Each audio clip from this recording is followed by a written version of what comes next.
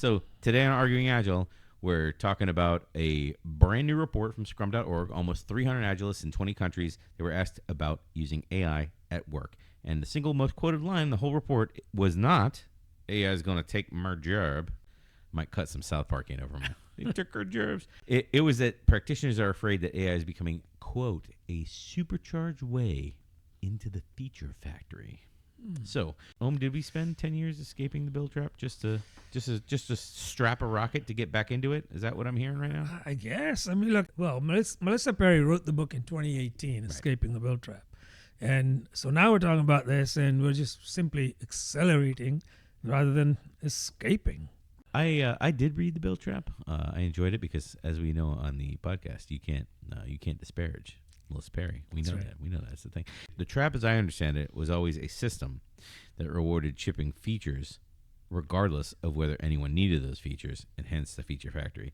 And now we're headed back towards that. That's what people are concerned about in this report. And that is what we're going to talk about today. Awesome. Welcome back to Arguing Agile. If this is your first time, welcome to the podcast. I'm your host, Product Manager Brian Orlando, and this is my co-host, Enterprise Business Agility Consultant, and the Marquis of the MVP, Mr. Patel. There's a first. All right. Congratulations. You are now landed. Welcome, everybody. And please, don't forget to like and subscribe. Where are all the slides? Oh, there they are. How come you don't have slides? Oh, okay. There you go. Slides for everybody. I'm the Oprah of slides today. So by the end of this episode, you'll understand why 83% of practitioners from the report use AI, but only 55% of them spend less than 10% of their time with it. Less 10% or less, actually. And then you'll also understand why the 2.75 threat score on a scale of Likert scale of 0 to 6 based on their questions. What that really means in terms of a report, we're going to talk, because it seems it's a little middling, 2.75. Certainly. 3 would be the middle. It's a little less than the middle. So we're going to explain that lukewarm statistic.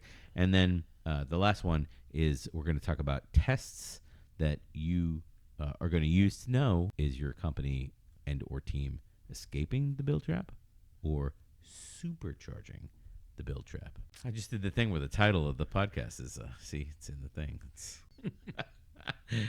No. Speaking of which, that brings us to our first category, Number one. Melissa Perri's thesis in 2018 was that most product orgs, this is back before the market segmentation of product operating model and project, just product orgs, are trapped in a cycle of shipping outputs that nobody needs because the system rewards activity over outcomes.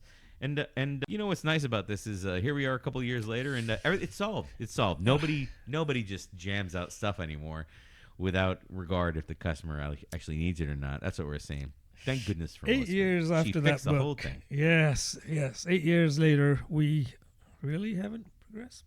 Anyway, so we did an episode on escaping the build trap back in 2024 in Arguing Agile 165.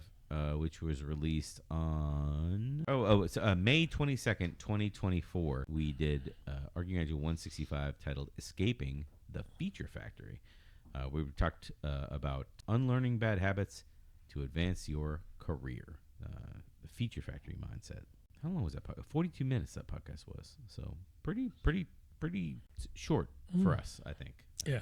Pretty to the point. And one thing that you said in that podcast stuck with me when I reviewed it going into this podcast. It was, there's no room for your, and I quote, there's no room for your emotions in the feature factory. You're just a cog in the machine, which was prophetic, not knowing in the past over a year ago that this, 2 years. that this, oh yeah, actually, 2 years ago. about 2 Almost years ago. 2 years that, to the that, day. That this study was going to be run and find that exact result, which we're going to get into, that exact sentiment made waves in this report. Actually, it's one of the main two things that we're going to get into in this report. Yep. The Scrum.org report says that Agilists are concerned that these cogs are getting faster. That was the concern. One of the concerns. Okay, and we'll go into the rest of them here in a second. I will tell you, I really wanted to put Melissa Perri's face over Obi-Wan's face, but I couldn't find an image of Melissa Perri like Obi-Wan, like at yelling, that angle, yeah. So I need more like Melissa Perri. If you see this, I need an image of you yelling like Obi-Wan to put right. You can just ship it to us directly. Before we even get deep in the study, I want to hit you with the Steelman right away. Sure. Steelman. In the report, I believe the 73% numbers from the report. I have to check that. But AI ships significantly faster than people without AI ship. That's what they're saying in the report. Even in the report, which doesn't necessarily, it might not be from this report. I don't remember the number from the report, so it might be a different one. It might be a different stat that I got. But AI ships significantly faster. Number one. Number two, faster output is discovery, right? This is something that you will hear online is, hey, if you're outputting faster, you can send many MVPs to many customers. You're doing discovery by shipping. Therefore, I understand it's like, listen, if you have to use like 2 or 3 leaps to get to your point, this is a bad point. You're not making a great point. I also put myself in the customer's shoes and say, how many MVPs do I want to test for my provider who should be doing the testing, right? Mm-hmm. There's a lot there. But yeah, definitely, this is what you're seeing out there. Faster, ship. And then the last point here, the other one here that you can read is, Melissa Perri wrote that book in pre-AI era in 2018. So is that even relevant in the AI era? Yeah, this is always one of those things that comes back with fundamentals, right? Is it still relevant today? So we'll deep dive, I think, a little bit on this. Probably not a lot, but it's just spoiler alert. Fundamentals are always true, right? It's in the word fundamentals. Yeah, right, exactly. You can't spell fundamentals without FU. This is like all these people who would do that, right? This is all the people that say Agile is dead. But is it even wounded? Fundamentals will never go away, probably. Fundamentally. Working with your customers, building that trust. And one way to not do that is to just keep shipping things over the wall and say, try this. You don't like that? Try this new thing. Come on. They'll get exhausted pretty quickly.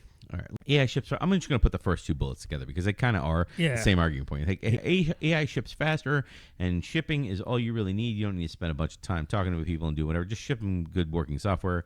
Like that's what you Agilists do anyway. And anything, you know me, anything that co-ops like Agile fundamentals and tries to twist them into arguing, I love those. Those are my favorites. I mean, they're easy to knock over, but they are my favorites for obvious reasons. Right. Because they're portrayed by psychopaths. Putting that aside, the opinionated Steelman, like we're saying, the AI reclaims time. If you read the study, and again, I'm trying to keep this podcast under an hour, so I'm going to paraphrase a lot of the study. I will try to link it. I'm very bad at linking things. Yeah. I'll remind you. Also, Stefan Walpers has it in you have to subscribe to get the study. The full study, yeah. I mean, I guess the Pressy is on scrum.org, and then he then does request that if you want to see the full thing. Right. What you find in the survey is most people are finding that AI reclaims time that people save via the reclamation of time, automation of tasks, are mainly from admin style, creating drafts, summarizations, documentation, that kind of thing. And Melissa Perri calls that non-creative work, right? So what you're saying is AI is accelerating your work. What we're finding from the surveys is accelerating all the non-creative work. So that should mean you have more time for the creative work, more time for discovery. What I have heard, that is not what's being peddled. What's being peddled is you don't need to do a bunch of discovery. Your product people should be building, shipping, and now we're going to build it into your interviews and whatnot. Where you got to ship better than all the other PM candidates are shipping. It's even worse than that. In some cases, the interviews entail product people that are being interviewed building something right there, something small. So I personally think that this idea that building and development were the bottleneck in the past. Now everyone can build very fast. The bottleneck's gone away. Does that mean we're delivering value faster to the customers? I personally feel like we've simply moved the bottleneck instead of removing it from building or developing into the product side of the house. Doing the discovery, doing the post-telemetry, readouts. Or did it land where it needed to? Is anyone even using this? Does anybody care? We're not doing that. And the premise is, to your point, if you're removing the mechanistic things, because AI can help you with that, it should free you up to do all those other things. But then the question is, why is it not getting done? I have 2 statements. One of them is going to be slightly incendiary. The other one is not. at all. Okay. Okay. The one that's not incendiary is for anyone who's ever read Goldratt. Everyone's read The Goal. Anyone who understands Deming, you're going to know that all you really can do is move bottlenecks around until you get to a bottleneck that you're okay with, or that or the cost is not justified. You're really moving bottlenecks around. Yeah. Especially in organizations where you don't have, I'm going to use the word authority to change the real problems, the leadership level, like this, the whole system level problems. You don't have that authority. At that point, you really can only kind of move deck chairs around, on the Titanic. Yeah. You can't really fix a problem. So that's one. That's my less incendiary take, by the way. My more incendiary take, speed of coding was never the problem. Most product managers are out there doing the 80-20, doing the Pareto principle, but in reverse of where they want to be. Like 80% of the stuff they build is garbage and nobody uses it. And they know it. They just can't overcome that mountain. Yeah. And they don't know why, they don't know how they can, and they're saying, oh, we're going to blame it on the engineers. Cool, great kid. Now you're the engineer. Now you build everything. Can you overcome that mountain? I'm going to bet they still can't. And even if they could, they're going to get buried in maintenance and a bunch of other stuff that's not what Melissa Perri was talking about. Right. So I got two hot takes. One of them is slightly hottier. It's a word. It's hottier. Yeah, it's a word. It's hottier hot take. And neither one of them are great, but they both tell you, like, AI is reclaiming the busy work. And if you're never allowed to do the actual discovery work that Melissa Perri was talking about in the book in the first place, I mean, I don't know what you do with your free time. I guess maybe take a break, smoke them if you got them. Yeah, go play golf. Yeah, I think one of the things you have to look at today is, how are product people being incentivized and measured? I don't like that word, but whatever, right? Is it to really satisfy those customer needs, or is it simply saying, tools are easier, we no longer have to depend on development for these delays and bottlenecks and what have you, which, to your point, they were never real because 80% of the features that were delivered were never used anyway. Right. So where are they now? Where are these product people? They're in the lab by themselves. They're staring at 5 screens. They've got all these agents up. They're doing stuff with AI. Right. But ultimately, are you moving the needle with your customer? That's the question. The funny part about this in my current life as a business founder is you're not talking to customers, you're not marketing and positioning yourself, and you got your 15 agents or whatever, like, get out of my office. You're not helping. You feel like you're busy because you got a bunch of screens open or whatever, and you're jamming through code or whatever, but not helping. Trust me, I'm living this life now. Like, all the features in the world, none of them bringing in any new sales, not helping. So let me get us back on track. The build trap that Melissa Perri is talking about is systemic. It's a system and is a tool, okay? But you're going to like this one home. Trap is a system and AI is a tool. And systems eat tools all day. All day, yeah. All day, every day. Couldn't agree more. Absolutely. If you're in a company where you're stuck in a build trap, and now we introduce AI, which helps you jam out features faster. Congratulations. Like, you're only going to get stuck deeper in that build trap, jamming out more and more features. Basically, your reward for a good feature jammed out on time and under budget is going to be a dozen more in line after that, prioritized for you to work on. Yeah, and in some of the unhealthy orgs, this is how you're measured. How many features can you stamp out and get them over the finish line? I will say, though, that the learn by shipping point, I think there is some credence to learn by shipping, but only if you're like shipping a lot and then you have some sort of built-in time to learn. Many podcasts ago, we talked about you ship something and then you have some kind of like after action where you ask, did it fit the customer's need? Did the customer hit whatever outcome they were looking for via that feature? So basically, you're checking in, like you in the Kanban board of like to do, doing, done. You go to like deploy to the customer, but you don't go to done until after you've gone through a validated that this solved the pain point with. Yeah. And then you go to that. And then in that podcast, I remember we said nobody ever does this. Nobody. Okay. So I'm saying I'll agree with this one. Learn by shipping. If you have like a Kanban swim lane, a Kanban column that says time put aside for learning, or validating or whatever. And then you do that, and then I'll go with you on this one.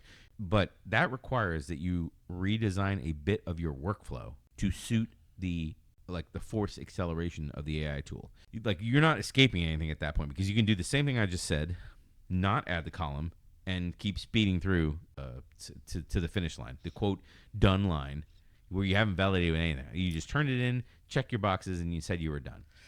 I think in today's environment with AI, being able to churn out features faster, you're less likely to have that Kanban column that you mentioned, because you can put out 3 new features by the time you get that feedback from the customer and all of that. It was never done to begin with prior to AI, so it's less likely to be done now, I feel, just because of the throughput that AI gives you. So you end up just shipping more, shipping faster, except for that learn through shipping bit, because you don't actually take the time to learn. Well, nobody does. I mean, that was, again, we did a whole I should really take a second and find the podcast we did that, but for all I know, we did it in 165, but nobody does that. Even shops that are pure product operating model very rarely do what we're talking about.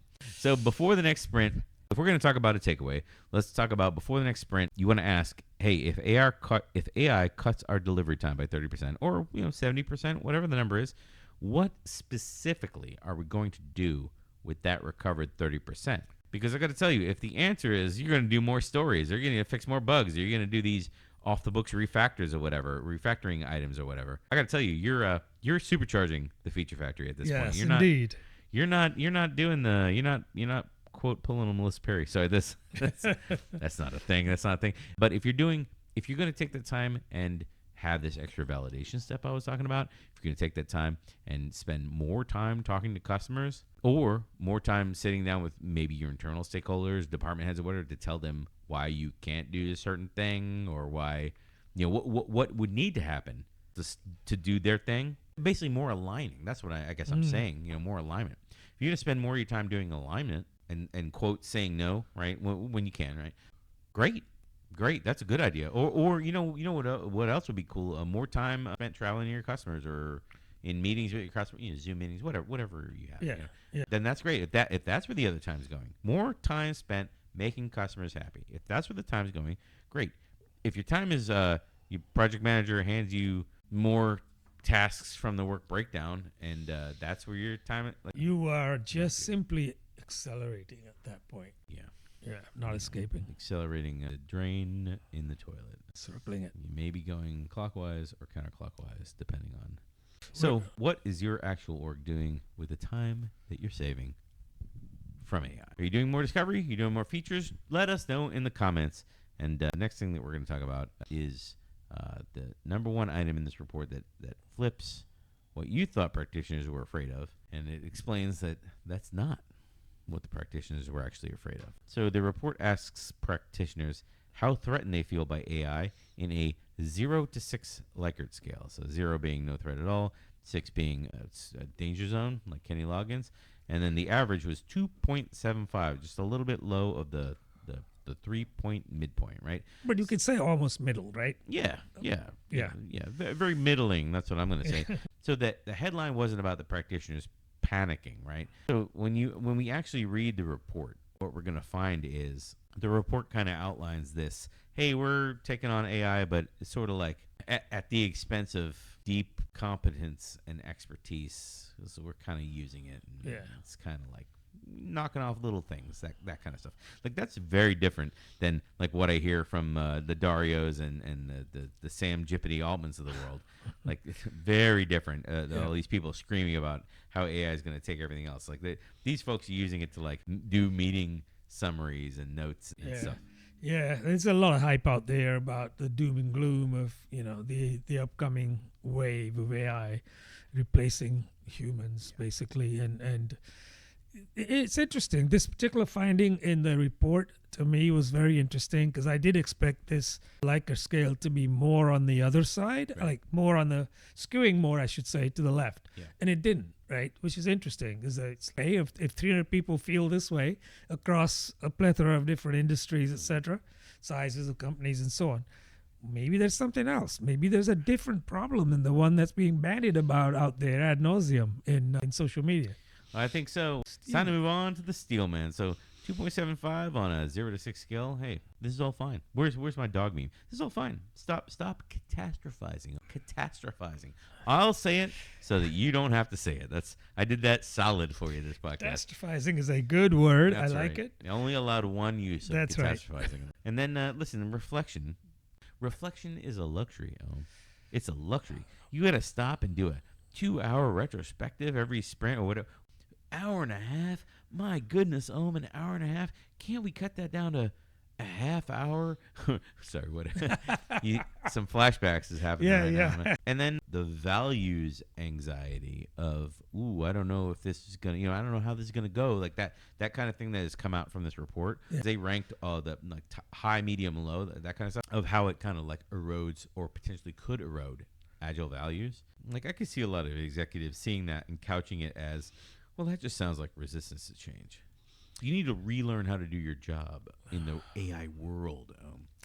This is one of those accelerants that they've found with AI now in the fore to basically fuel what they were already resisting in the past, right? Just get back to your keyboard and churn out features. So you don't need to be talking about these things. There's too many meetings. Hands right? on keyboard. All of that stuff. Yeah, hands on keyboard. Exactly. Ship or die. I mean, that's... Yeah, if these executives are pushing for that, you really are circling, believe it or not. If I'm going to take the Steelman here, it's unfair to pin it all on executives because, first of all, it's only 300 people that it measured. So, I mean, that's not a lot of people, first of all. Small sample size. But the managers here, when I say managers, I mean like the people that run small, medium businesses, like a legal version of managers, or like directors that run departments. People that have budget. That's what I'm saying. People that have budget to hire people. This is all they've been fed for 2 years, everywhere. Yeah. For 2 full years, AI has taken over. They can't just reject it out of hand. Business as usual. Sure. So there is I want to stop short of calling it a fear hook because it is a genuinely transformative tool, but again, just like the last category that we ended with, is if you have no idea what your workflow entails, and you're not a specialist in the workflow, because again, we as many times we talk about on the podcast, the typical modern manager only stays in the organization 2 years. That's not enough to get full, deep familiarity, domain familiarity, to understand how all the business operations are supposed to go. So from their perspective, like I kind of understand if the FOMO is working on them, I kind of understand why the FOMO is working on them. Yeah, and I think also, what did you say? Yes, and they not least culpable. I don't know, because yes and goes right over my head, as you know. Yeah, not least culpable are the purveyors of these AI tools that are basically saying buy my tool so that you don't lose your job. Basically, right? I'm kind of paraphrasing, but listen, Sam Altman. Every week that guy shows up. He's showing up outside bars that I'm at, and he's like, "Hey, you want to buy my tool?" And I'm like, Sam Altman, come on. You need to calm it down, okay? I'm looking for a man in finance, and it's very weird. I told him I don't like fintech. Leave me alone. That's right. The main source of this one is page 18. We're gonna take a quick look. I'm gonna duplicate it so I can put it up here. We're gonna take a quick look at page 18. Rather than me try to do anything funky, let me just put it in the middle of the screen here with us. Yep. Sam Jippity. All right, here we go. So page 18 about concerns. Middle score. What I would proposition here. I can't talk about propositioning right after I talked about Sam Altman, but from the section of the report that asks, do you have any concerns about AI's role in agile work, and if so, please elaborate. And his number one in the very frequently mentioned category was the erosion of agile values and principles. And it reads, and I will quote, you express concern that it may conflict with core agile values such as collaboration, transparency, and human judgment. There is apprehension that efficiency gains could come at the cost of reflection, learning, and meaningful interaction. And he notes the core concern is AI may optimize delivery while weakening the spirit of agility. Sorry, that's what I wanted to show. So let me minimize this so we can actually read. I wanted to read that one out loud because I feel it's a good counterpoint to the Steelman that we talked about before, right?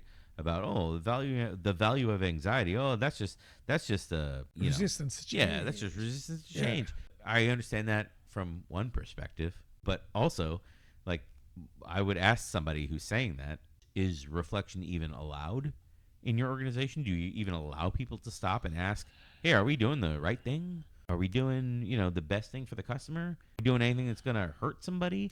Because those kind of, I would expect at the point where you're throwing one of these Steelman points at me, you're probably the type of person I've worked with before who's saying, like, what are you bothering with those? What do you? That's right. We got smart people to ask those questions, Brian.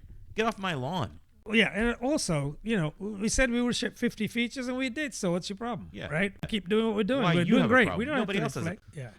Yeah. As far as reflection goes, forget about it. Ain't nobody got time for that. Yeah. We're just gonna continue. Right? I told you everything's great. Exactly. So, yeah. Yeah. Oh my God, this is This- painful because goes it's so deep. real. It goes deep. It is deep. Arguing Agile 165 had a section where we talked about the feature factory discourages time to reflect. And we were talking about in the planning of this one, I was going super deep, super ridiculous and super deep on this one because I was saying at every feature factory adjacent company / team I've ever been at, they always find time to try to undercut the retro. And they always do it in sort of like a backhanded kind of like, do we really need 45 minutes for retro? Are you sure you can't get that done in 15 minutes? Or Right. you know what I mean? Or if you have a team of 10 and you have a 2 hours schedule for the retro and you're like, 2 hours? Can we make that 30 minutes? And you're like, no, we can't actually. Right. We did 115 points last sprint. We did 15 stories last sprint with 10 developers. No, we need to talk about it. We have 5 things we need to talk about, 2 systemic issues, 1 personnel issue. We got a lot to talk about, and we barely have enough time for lunch. Right.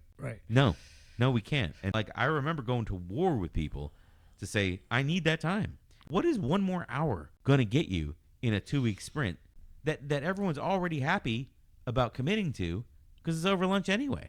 What is that 1 hour going to get you that you're trying to shortcut my team out of? Yeah, and if you're refusing even do this inspection and adaptation piece of it, you're basically saying we don't need it. We've reached nirvana. That's right. We have reached the point where we're actually perfect. Perfect. Yeah. In that case, hey, good luck. That's right. We've reached perfection. Speaking of reaching perfection, let's talk takeaways. So in the next retro, why don't you ask, hey, last sprint, what did we decide not to do and why? If you get an answer or 2, at least 2, I'm gonna draw the line at 2. If you get 2 answers, you've got some reflection going on in your org, as opposed to not getting any answers. Right. And then keep your resume updated. That's what I'm saying. Definitely. If it's a typical team, you're probably not going to get any answers, let's be honest. However, that's where the skill lies. If you're bringing people into it and say, really? Right? Is there nothing to discuss here? Are we perfect now? And somebody's going to draw up courage to unmute and speak, maybe. And that's when you can build off the top of that and just bring people in.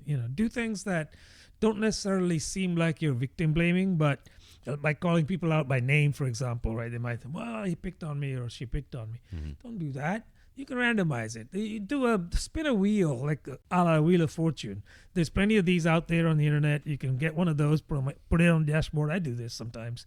I do this with leadership, believe it or not, because I don't want them to anchor the conversation, any one of them. It's the opposite problem to the teams where no one speaks. Yeah. Here everybody speaks and no one listens. So spin a wheel. If the wheel lands on an A, Andrew gets to talk, right? And if there's an Adam, he gets to talk first because AD before AN. I'm not picking on anybody. The wheel is, okay? But the point is, you're making people get on the camera or at least, unmute and speak. These are guerrilla tactics. We could probably do a whole podcast on guerrilla tactics. But, yeah, do what it takes, basically. And also, as we know, you bust a deal, you spin the wheel. Yes, indeed. That's a right. good one. So where's Tina Turner meme? There she is. You can never find a good Tina Turner meme when you need one. I know. That's my problem with the whole internet. Okay, sorry. Conspires against you. None of that was on screen, thankfully. All right. So are you seeing a values erosion on your agile teams? If you are, drop it in the comments and let us know. Let us know how that erosion has taken place, because maybe it's not in the form that we've talked about. Because again, this is a whole new industry. There's consultants out there. There's the gold rush is on. There's all kinds of new consultants out there. So next up, we're going to talk about the 3 numbers that sitting next to each other give away the whole AI adoption story. If you know where to look, it's going to be the 83, 55, 15. I was going to say percent because they're all percent. So it should be 83%, 55%, 15%. So 3 numbers from the scrum.org report we're going to talk about.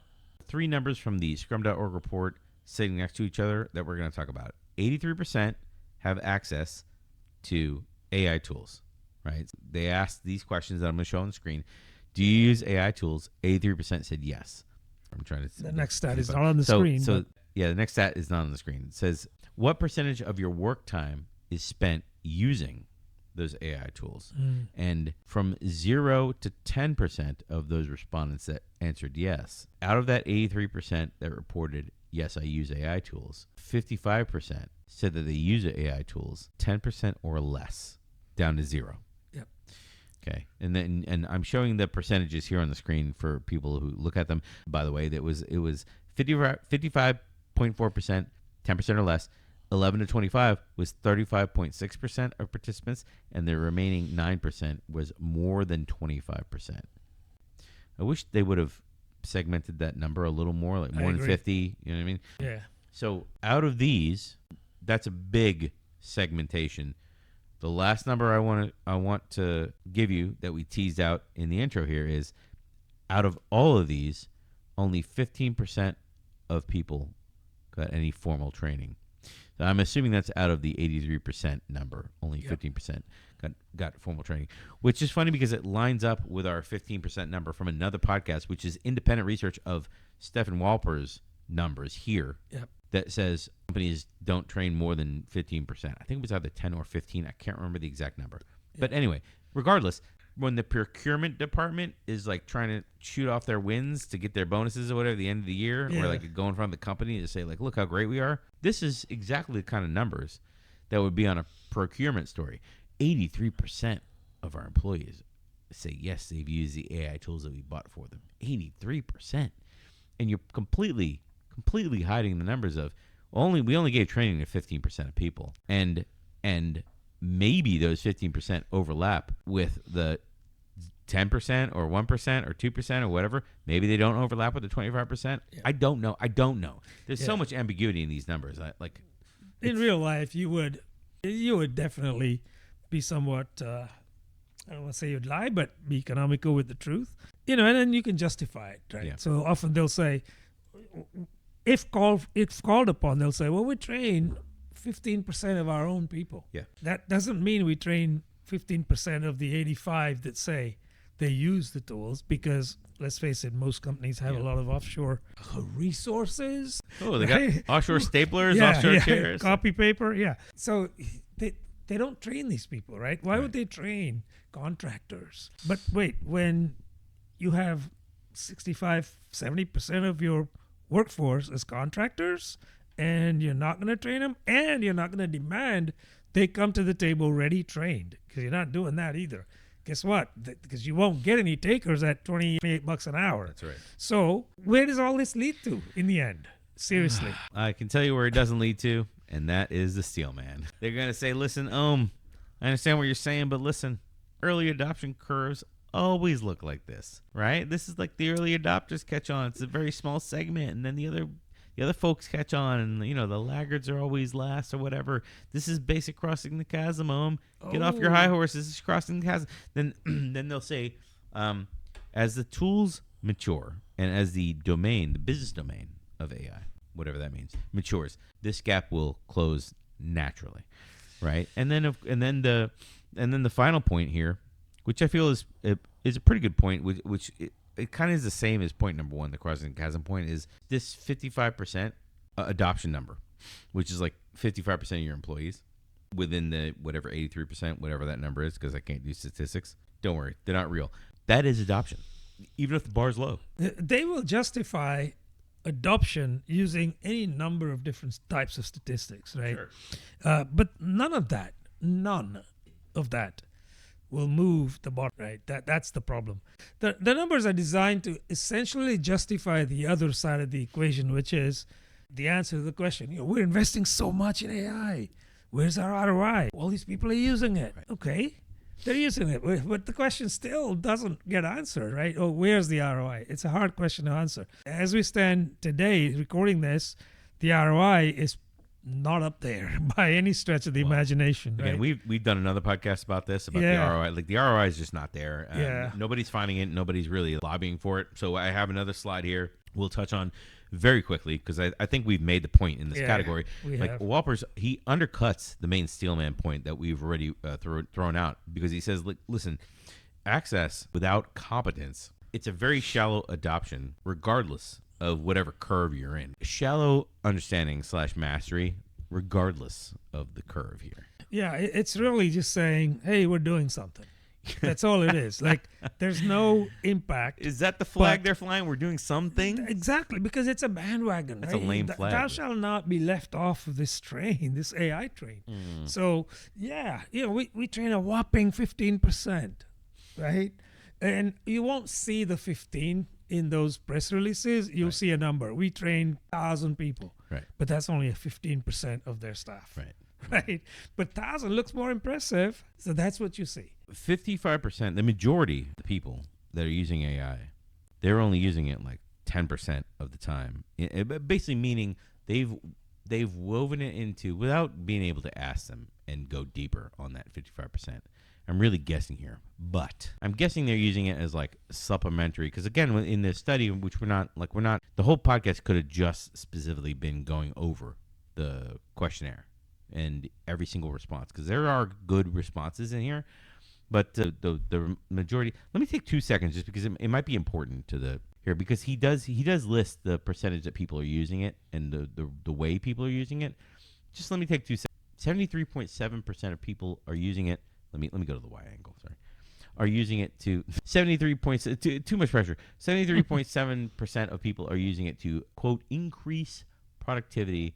71% are using it to reduce cognitive load, and 71% are using it. They're all 71%. They're all 71. They're using it. They're using it for a greater focus. 55.7% better decision making. Which is ranked second. Anyway, what I was looking for in here was what people are using it for is to accelerate like their admin work. That was the number that I'm looking for, and I don't know where to find it in here. We did see it earlier, on one of the earlier points. It is in here about the most widely used tool categories are project management tools with AI features, 45.7%, collaboration platforms, 34.6%. I don't know what a collaboration platform exactly is. It's like meeting a Google Meet or Teams. Well, meeting assistants are 33.2%. Those are note-taking AI bots, okay. right? Okay, so again, project management tools, collaboration platforms, and meeting assistants, those all, and then coding assistants is 32%. The other things that are in the majority, they all scream admin work. You're passing off to the AI the writing of emails, the writing of meeting notes, the following up of stakeholder communication, that kind of and also your Jira, right? It's all your admin busy work in here. So these are the people that are saying 55% of the respondents that use AI saying using it for to accelerate their busy work, to basically send their busy work out to pasture over here. So outsource it. AI agents, they're outsourcing it to AI, right? There's two robotic slaves. That's what we're saying on the podcast. So more than 50%, like there's this uncertainty that you've not redesigned your workflow processes around these AI tools. In the 90s, in the 90s and the early 2000s, they used to call this business process improvement. Yeah, there used to be a name for this, and it used to be a consulting industry, and it was a niche industry. And because I was at a logistics firm in the early 2000s, and they said, "Well, we're not a logistics firm, we're a business process improvement firm." Who happens to specialize in logistics? I'm like, well, that sounds like we write logistics software there, son. Step aside. But that was a big thing in there, and it's like nobody is saying they're business process improvement anymore. Right. But it's got strong echoes of this kind of stuff. Back in the day, it was business process re-engineering. Yeah, because you're refactoring everything you're doing, right? The whole value chain stuff. But the point here is we're not doing that. We're not doing that to say we got this new transformative technology. Now we need to take your workflows, really understand them end to end, redesign them to put AI at the heart of them. And then really the only the human touch points will be making sure that the outputs are not garbage. Because again, we get this whole determinative or whatever, probabilistic. Yeah. And that's where the people would come into it. But no, we're not doing that. That's not what's being pitched by the tool providers. And that's not what's being consumed by the CEOs and the people spending money on the AI tools is what I'm saying. Yeah, I mean, most organizations that say they're adapting AI aren't really adapting it as much as just installing it, letting people just access to these tools. Well, where have we heard that before? Letting them go. Exactly, right? So this is flashback to the old Agile ways, right? You can't install Agile, and that's what we've seen fail before. Digital so with transformation AI, before that and yeah, exactly, right. This is like the same old again, right? We haven't seemed to have learned from our misfortunes of old, I'll just say. Oh, it sounds like you're not a team player. I'm not a team player. I'm hearing over here. I'm circling that circular door. I will say that this particular study that they did, as far as an experiment design is concerned, this is actually quite lacking, I'd say, because they didn't really go down to the level where you can get inference and meaningful data. I mean, some of the data is obscured by having those bands, right?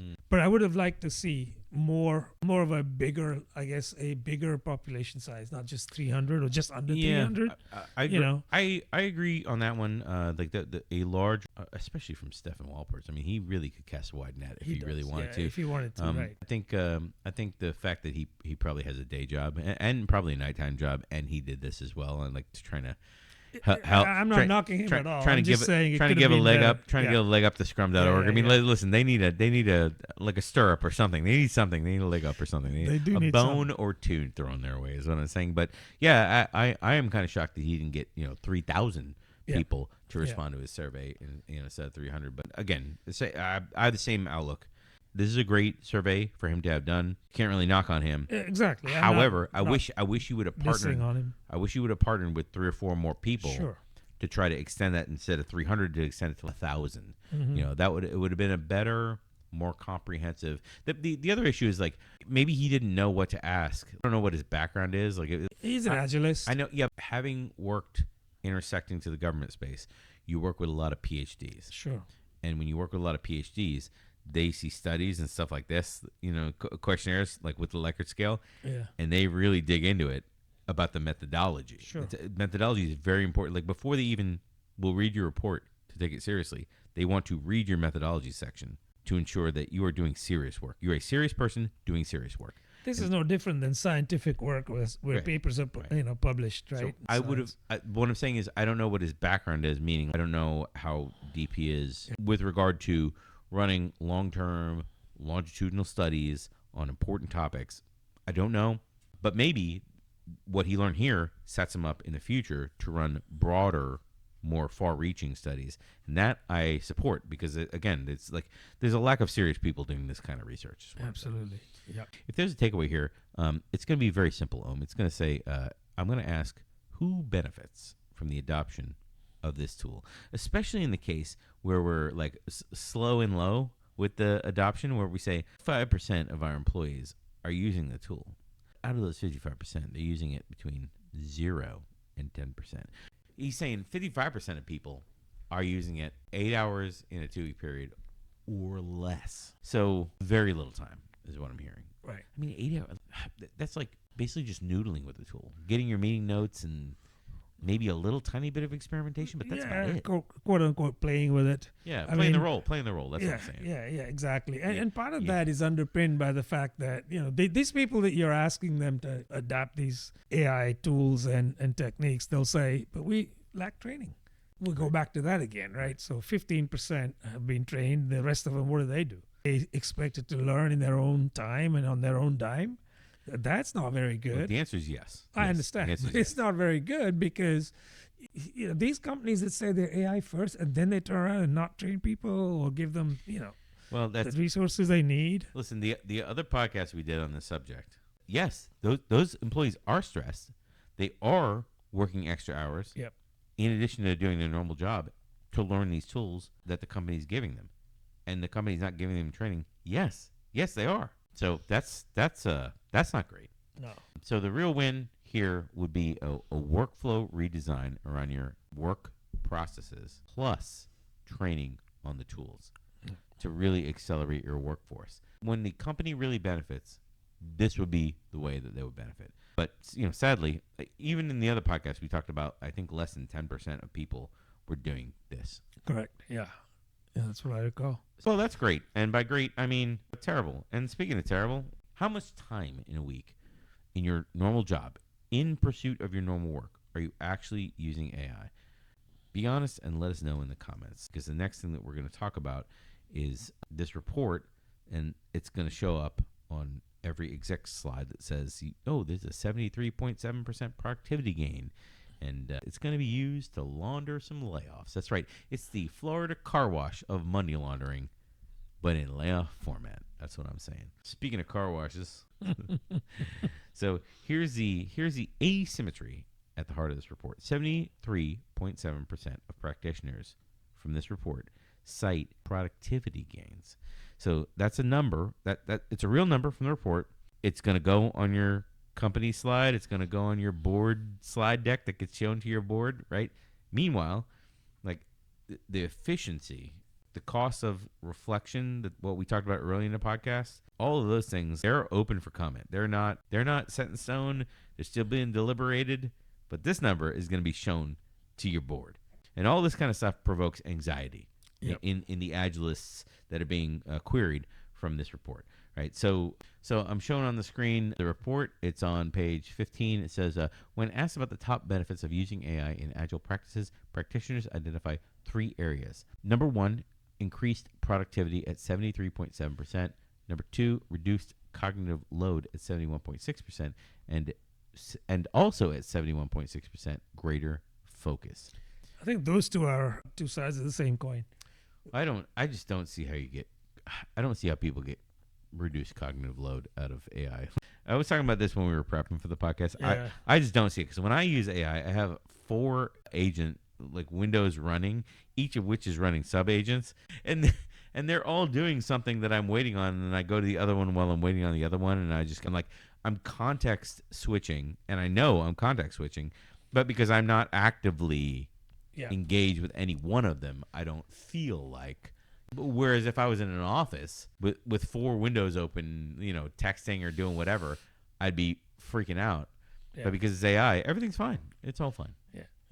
So that's the number. But can we talk about the Steelman? Listen, productivity can be measured. Okay, the erosion of values that you feel, that you're concerned about, that's just vibes. But also the reduction in cognitive load that you just pointed, the 71% that we just pointed out, that, by the way, I don't feel is true. That implies that you do have time for reflection, or at least we're clearing time from your schedule to make time for reflection. Yeah, I think a lot of times when they say things like productivity can be measured, if you really peel the layers back, you'll find there's different ways of measuring productivity where the end result yields what you're really looking for in the first place. So it's not as sacrosanct as it's made out to be here. The word productivity hides a plethora of things, efficiency and things like that, and masks a plethora of things as well. Like, okay, efficiency is fine. We understand that. Machines work faster. Yeah. What about effectiveness? Right? How do you measure that? Are you becoming more effective because you're adopting AI? None of that gets mentioned here. Yeah. Erosion of values being just vibes. These are typically people that really don't buy into the values in the first place, because all they want you to do is just keep shipping more features instead of worrying about the cultural side of things or Agile values and principles. Let me say yes and. Let me say yes and, because your turn now. I have a couple things to pile on. I'm just piling on at this point in the podcast. That's what I'm doing. The exec position here. I do respect the executive position here. Listen, show me the reflection data. Oh, wait, you can't. The executives are going to say, hey, until you show me real data about what reflection does for my business versus just building faster, I'm going to follow the 73.7% of people on this study that say, when I got AI, I am so much faster. Because that's a tangible benefit. And before you had AI here, they would follow whatever the project manager put out as a statistic, or whatever, whoever else gave them a number on paper and had the gall to write it down and said, look at my statistic. Isn't it so great? Whatever consultant said. My transformation makes your team X% faster. Yeah, they were sold all that. I mean, look, improvements from reflection take some time to come about. and those execs will be gone by then. That's just the reality. So that's why they don't care. It's beyond their vision at this stage. So there's a 1-2 punch that's happening of perceived benefit with like a very thin veneer of statistics over it. Perceived benefit plus FOMO driven rollout of a new technology that you gotta have. You gotta have. All the news media is talking about it. You gotta have this new thing. You gotta have the slap chop or whatever. Do you remember that? If you want to argue that time to reflect, time to sync with customers, talk about if we really solved the problem, go deep, right? Actually, go visit your customers on site, see their work before and after. If you want to argue that you need that time, you better start learning to measure before and after of you doing that versus you not doing that. Because I'm just saying right now, I hope it's not controversial. I hope it's not controversial, but nobody knows how to measure that. Nobody has figured this measurement out of when we don't pay attention to our customers, here's what it looks like. When we do pay attention to our customers, here's the benefit. There's no real easy way to see that, right? But, attrition, retention, you can look at those things, add on sales, etc. But yeah, you're extending at that point anyway. In either case, you're extending. So it's not clear cut. Absolutely. There are other things you can measure. You can measure when your reduction in force happens, when your team quote right sizing, your productivity gains versus your loss of business capabilities. When that happens because you lose team members, when your CTO reads some Silicon Valley blog and says the right size is one product manager to 0.05 engineers as opposed to the previous one product manager to like 8 engineers, and then they start cutting your team, you need to measure before and after. And again, hopefully it's in a measurement that is directly impacting the customer and not some kind of intermediary, which we may or may not have a podcast up and coming about product outcomes and their negative takes, unintended consequences. Listen, I don't want to undermine a potentially future podcast that we may have, but I would like to say one thing I want to point out is in the future, if you do something like cut a team down to like from 8 people down to like 2 people, you may not see like if you're on the assembly line and you fire the guy that pulls the levers to like slow the assembly line and speed it up or whatever, you fire that guy because you're like, I'll just let the workers figure it out. Right. And then, a day or two goes by and you're like, look, there's no slowing, there's no problem or whatever. But like 6 months go by and you're like, wait a minute, like without that person controlling the speed and like kind of watching in the work, the speed at which people are working, everything kind of goes haywire. Yeah. You won't notice it immediately when you make the firing. It will take a while. And that is the same thing here. I'm going to say that if you're listening to anyone citing productivity as a percentage, I would like you to politely engage with them and ask in this order about what was measured, who measured it, and then what are we planning to do with that saved time? All 3 of which I feel are valuable questions. What was measured? Because you're measuring the wrong things. Hey, you're escaping the build trap over here. That's basically what that whole book was about.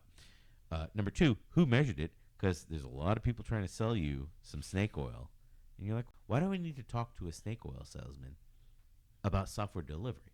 What's happening here? Right. And then the last one is, what do we plan to do with all that save time? And if it's, if it's Indiana Jones and the Temple of Doom, like get back to work, kids. Yeah. That's a you should be questioning what's happening there.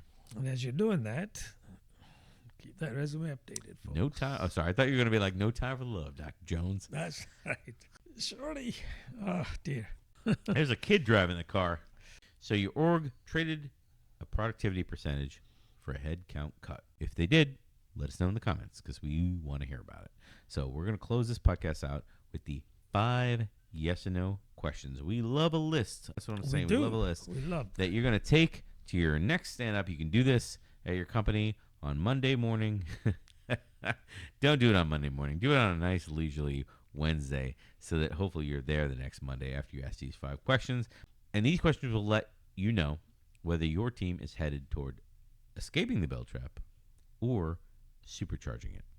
We've spent 4 segments already in this podcast arguing that the data in the report shows a supercharging pattern. Hey, we're using AI. We don't care where it leads us. We just want to get there faster, whatever we're doing. So you need a test that you can use pretty much right away in your company or your team without anyone's permission, something that's not like invasive and not a system. I'm just talking about some questions, some things you can ask people. You don't need a dashboard. You don't need a consultant. You don't need to pay me $625 on the internet for this AI special certification. But if you want, I mean. Yeah, you can buy my training as Yeah, well. Come to my TED Talk. That's right. Thanks for coming to my TED. I'm going to put on the screen the Steelman before I get into it. Hey, one sprint is not enough for you to judge. You got to give it at least a quarter. You got to give it some time before you can know. And then 5 questions. That's too simple. Like, real orgs are very complicated. You need some time and a lot of questions and expertise. You should buy my book. Ooh, sign me up. In lieu of all that, we're going to skip right to the end of this category. I got 5 questions you can ask. These are team level questions. You can repeat these quarterly, track them quarterly. They're honest questions, straightforward. And in case you thought there was going to be a lot of discussion in this category, There's no. not. We're going straight into the questions right now. All right. Question number 1. If AI saves our team 10 hours this sprint, you can insert the hours that you think you're going to save here, okay? 10 hours per person. 10 hours per person, right? Then what specifically will we do at that time? We said this a couple times in this podcast already, so now we're just codifying it.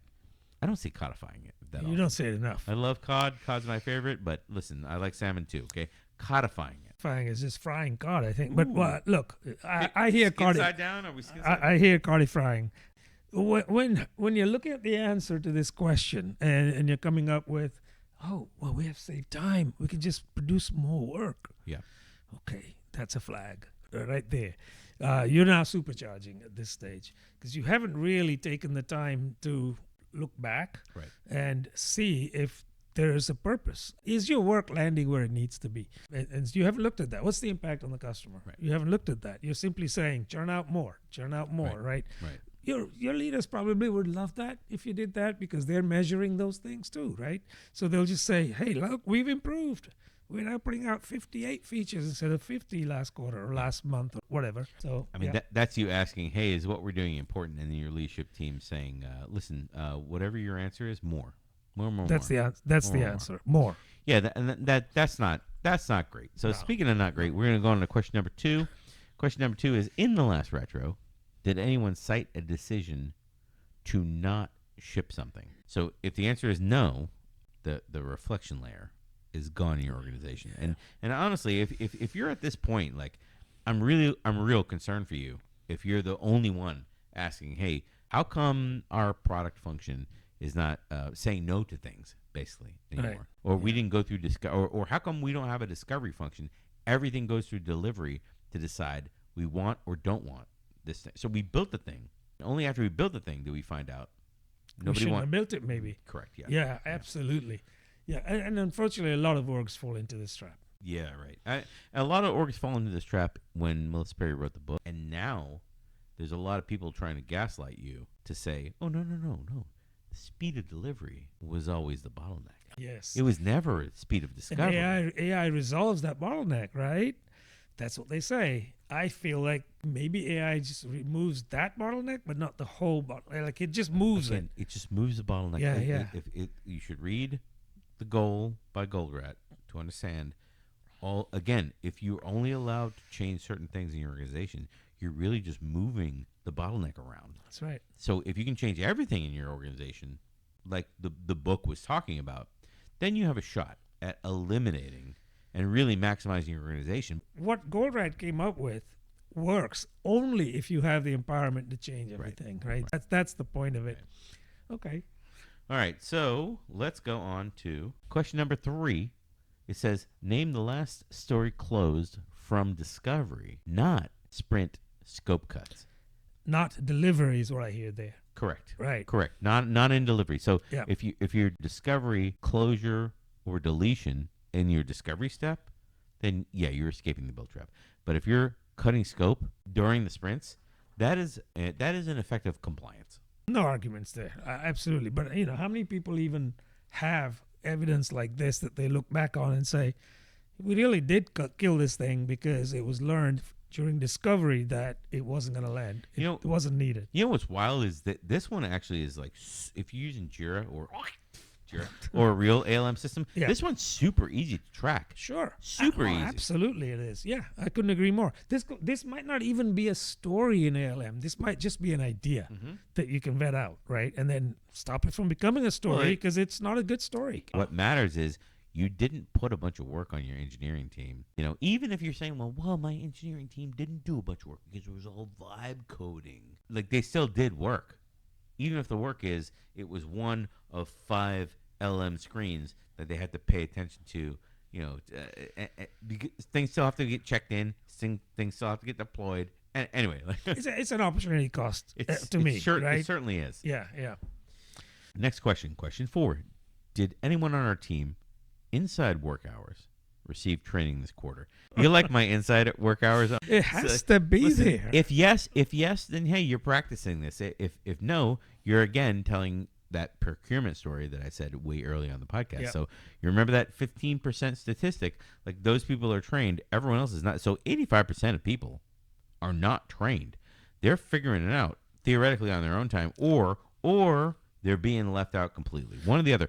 It's a failure of the other study, the other podcast we keep talking about.